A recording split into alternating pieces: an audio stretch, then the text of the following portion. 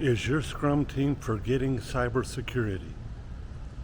An ounce of prevention is said to be worth a pound of cure, but in the case of cybersecurity, an ounce of prevention can be worth a multi-million-dollar breach in security. Hi, my name is Tim McDermott. I am an Agile coach and I'm a senior IT project manager, and I live and work in the beautiful city of San Antonio, Texas, etc., and like to do my podcasts and vlogs outdoors.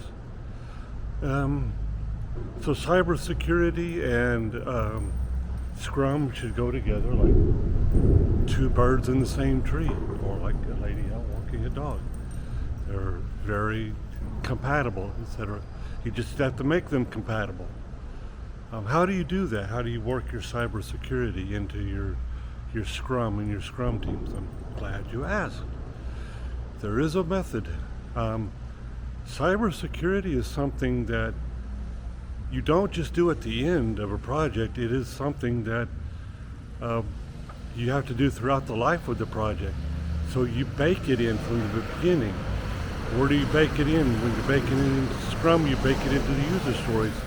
When you have your backlog refinement meetings where you're setting up the user stories, constantly ask the question, what risk does this new feature introduce and how do we mitigate it? How do we deal with it? So put that into your user stories. When you're also in Scrum, you have your definition of done includes cybersecurity in that. You wouldn't want to leave out chocolate when you're baking your brownies. You don't want to leave out cybersecurity in your definition of done. They need to be, has these things been properly tested? Have they been penetration tested? Have the code been reviewed by a cybersecurity professional, etc.? So, and then there's the release meetings.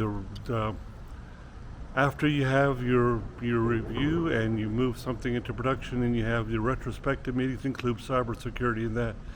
Make sure anything that came up that was a breach of a possible error in cybersecurity during your sprint, make sure gets discussed in that argument. So just remember though, security needs to get baked in, but once it's in, it should be as transparent and as unknownable and seeable as possible. Thank you.